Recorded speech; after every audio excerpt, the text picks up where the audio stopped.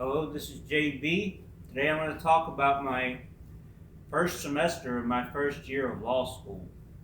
So this is the fall of 2025.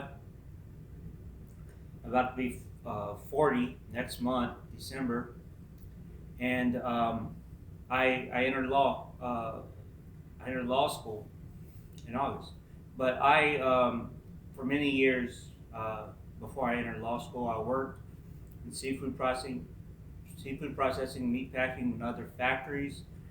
And during that whole time, it was like almost 18 years. I was an advocate for workers. I was what I call a workers' rights advocate, and I helped workers solve problems in their workplaces. And I was vocal in my communities about issues affecting workers through writing op-eds and giving speeches and doing political work on TV and digital media. And I that kind of brought me to law school. But when I was a kid, I wanted to be a lawyer. I wanted to be a lot of things. I wanted to be a writer. I wanted to be in politics. I wanted to be a lawyer. I wanted to be a historian. But I wanted to be a lawyer very early on, and that just wasn't an option for me because of my family's economic situation. We were poor or lower middle class. There were a lot of issues there, and there were a lot of socioeconomic barriers that kept me from going to college right away. I didn't get my college degree until I think I was 36, 37. And so there were a lot of things holding me back just from that basic uh, traditional 4-year college experience. I didn't get that early on. And so I finally did get it because of COVID. And I was able to go back and finish, not in person, but online. And then I got a master's degree, and when I got that master's degree, it was in legal studies, and the professors were saying you should be in law school. Like, you're in the wrong program. You should go to law school and become a lawyer. And so I started to think maybe that was something that was really possible. I was worried about costs, but I started to think it was really possible. And so I started looking into it a lot more. And then I worked for an attorney as a paralegal, and that was a whole fiasco, a whole experience. And I decided from that experience that I didn't want to be a paralegal. I wanted to be the attorney, making the decisions and more in control of my own future. And so I decided to go to law school. But in August of 2024, I was supposed to take the LSAT on August 7th, but I could not because I went into brain surgery on that day. I found out a few days before that I had a tumor the size of a tangerine because I had a seizure and they couldn't explain why I had a seizure, so they did an MRI and found a tumor. But I had this tumor, and so they had to remove it on the same day that I was supposed to take the LSAT, which is the entrance exam you have to take to go to law school. Generally, you have to take it. And so I couldn't take it, and I thought, well, I've made it all this way, and now I'm not going to get to go to law school because I can't take the exam, and because after the surgery, my brain might be different, or I might be disabled, or unable to talk, or unable to think, in need of permanent care. But I came out of the surgery all right, and I was able to take the exam 28 days later, miraculously, like you would not expect for a person to be able to take that exam 28 days later. A lot of my friends who are lawyers and who have taken exams like that, they told me don't do it. It's too much stress for your brain. It's not fair to you. But I did it anyway because I really wanted to go, and I really wanted to find out how well I could do and if I could get into law school. So I took it with no preparation, no studying. You can't study for that test anyhow, but no preparation. I did fine, considering the circumstances. Um, I did really well, amazing. But I did average, if you look at everyone else.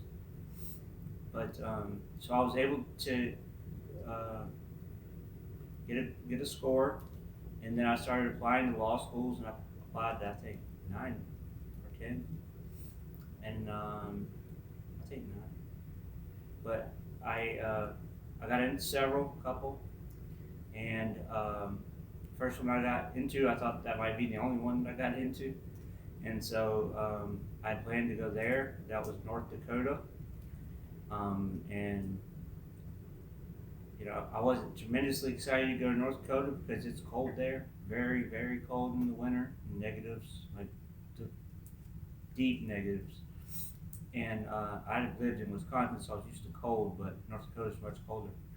And so I planned to go there, and then an opportunity came up from University of Arkansas at Little Rock, and they were going to offer me more incentives, financial incentives to come, a lot more.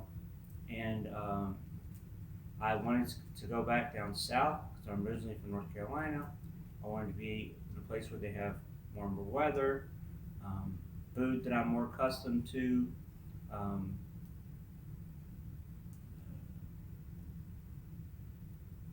how you call dialect, the way people talk is more familiar to me. Um, just a general way of life and a culture that I'm more accustomed to. I've lived all over the country and I've appreciated every culture that I've been around, but I just wanted to be closer to home. And Little Rock has a tremendous civil rights history, and that's very important to me because that inspired a lot of my work that I did for workers, um, kind of movement work. And so that inspired me because everywhere you go in Little Rock, there are places that were important to the civil rights movement, like places where people spoke, or of course the Central High School where it was integrated. The 9 young people, and I think some of them are still alive, uh, walked into the school with the help of the National Guard. And but there's all this sort of inspiration all around the city, and I don't know. It's just like when I visited. I mean, I already knew about Little Rock because I've been to enough places where I've heard of it, and I think I actually came through on a train a long time ago. But but I'd never been here, and so I came for a visit in April 2025. I think it was April, and it was very stormy that weekend. But I had a great visit. I liked the school. I liked the people that I met here. It was fun, and I could see myself being here. And so I decided to come. I think I actually at that point I had already decided, but I was committed, absolutely committed to coming, and I came. And so like the first time that I ever spent more time than a weekend in Little Rock was when I moved here to go to law school, and that was in August, early August of this year. And I just came with a few bags that I could carry on a plane and some boxes that I sent myself, some of which were stolen, but most of them made it here. And I just started a life here. I found an apartment through the law school. They had a apartment, they call it landlord, that had a bunch of different apartments, and they rented me an apartment that's in downtown Little Rock. It's in a good place. The rent is fair. It's not cheap. It's not free, but it's fair, especially when you consider other cities in the United States, and you consider the location and how nice it is, and how safe it is, and everything like that. It's good. And so I've been here for 4 months now, and at first it was really hard because the last employer that I had was an attorney, and this attorney was financially irresponsible, and he was also greedy, and he made a lot of very questionable financial decisions um, in order to benefit himself. But he had laid me off a couple of days before Christmas of last year, and that took effect at the end of January of this year. And so I was working only 10 hours a week for him instead of uh, 40 or more. So instead of making $50,000 a year in salary, I was making $10,000 a year. And I didn't work the whole year in hourly wages. Um, and so I lost a lot of money. Um, and I came here with barely nothing. I was really lucky that I could just get here because the airport in Little Rock, they have incredibly inexpensive flights. Like you can fly to Dallas for 150 bucks. You can fly to Miami for like 180 or something. Last time I checked, um, and so you can go to a lot of different places for really cheap. And so I was able to get here, but when I was here, I didn't have money, and so like the first month and a half almost, I didn't have any money because there was a bunch of issues with uh, the school's financial aid department because they had switched over computer systems, and there were all kind of issues with getting everybody's finances figured out and then putting them in the system and then having the money sent.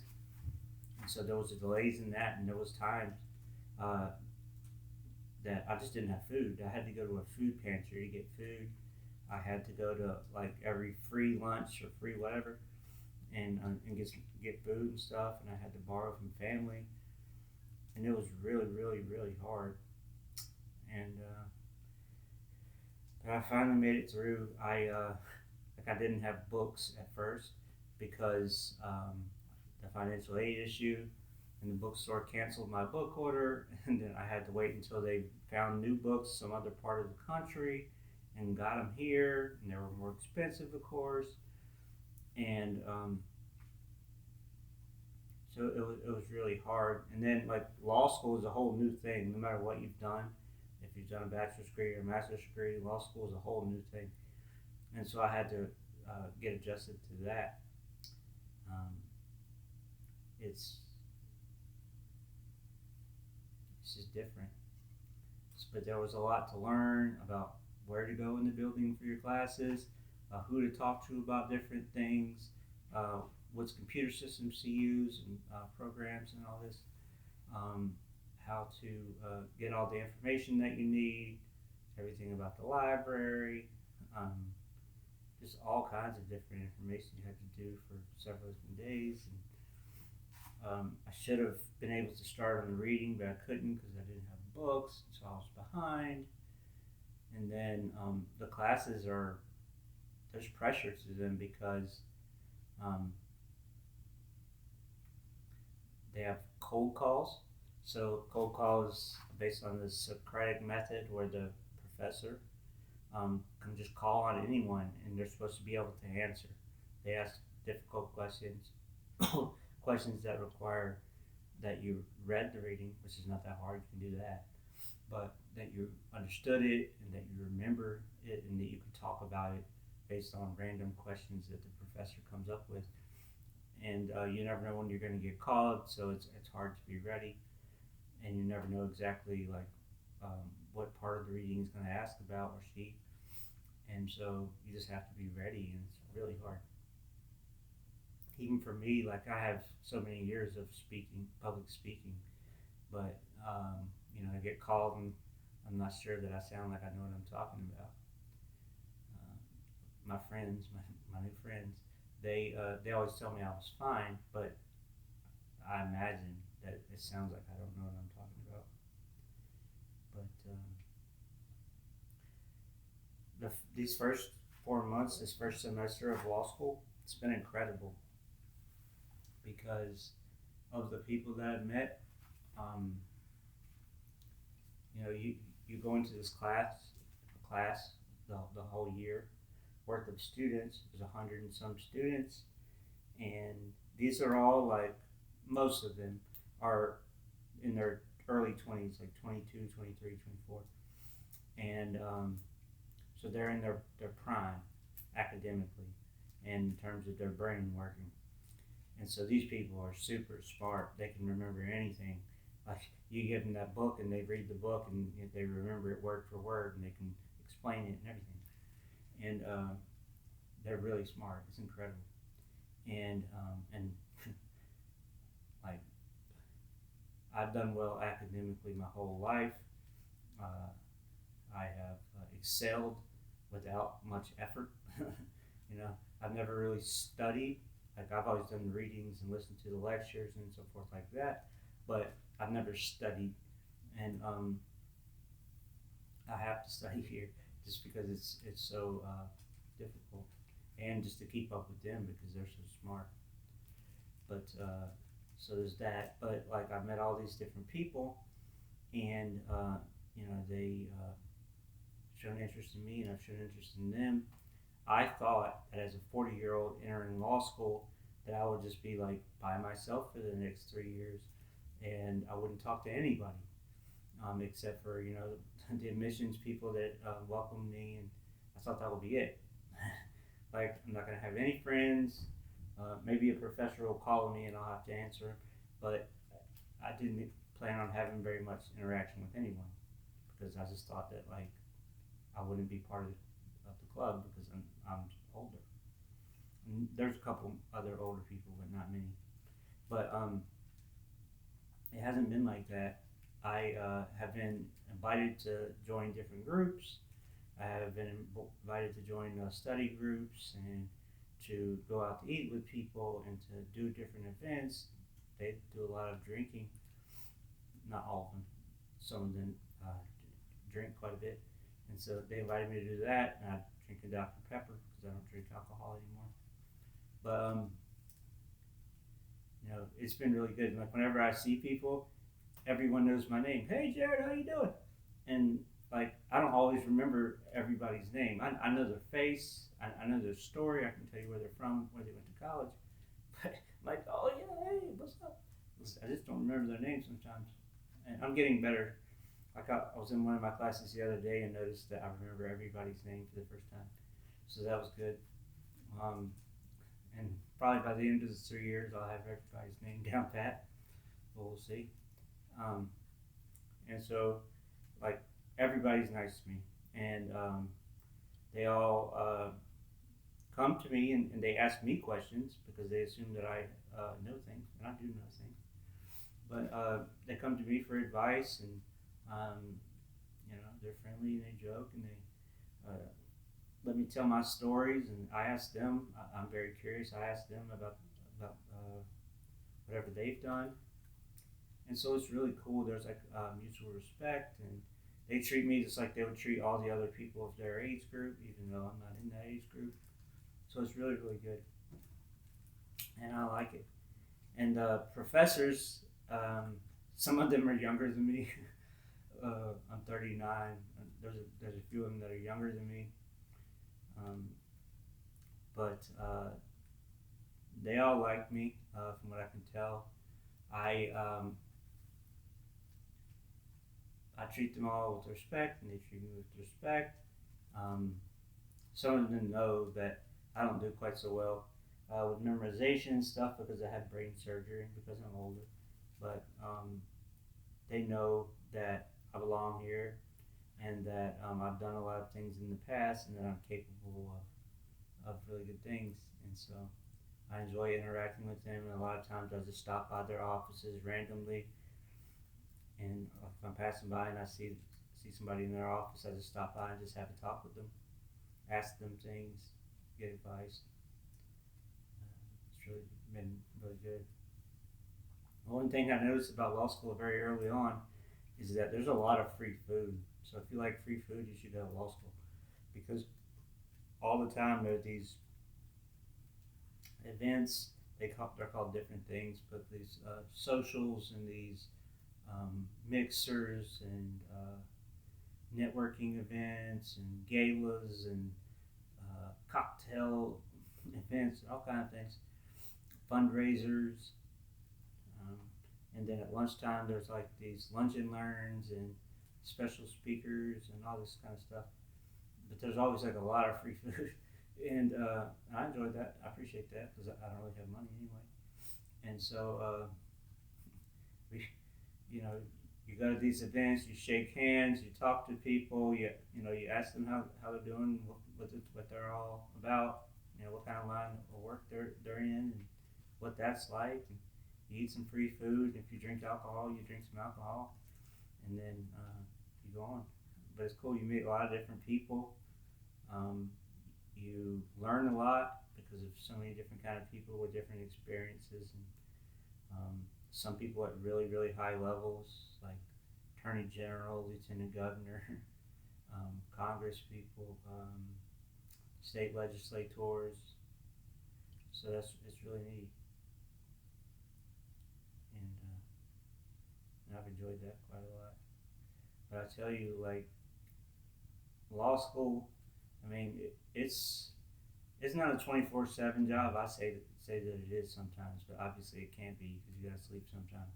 But it feels like it because like even when I'm sleeping in my dreams, a lot of times I have like dreams about class or about the law or and but when I'm awake, I'm usually doing something school related. Sometimes I force myself to do other things, like I will go shoot pool or go out with some of my classmates or go out to eat. One time I flew an airplane because the dean said to take some time for yourself, so that's what I did. And I went and flew an airplane,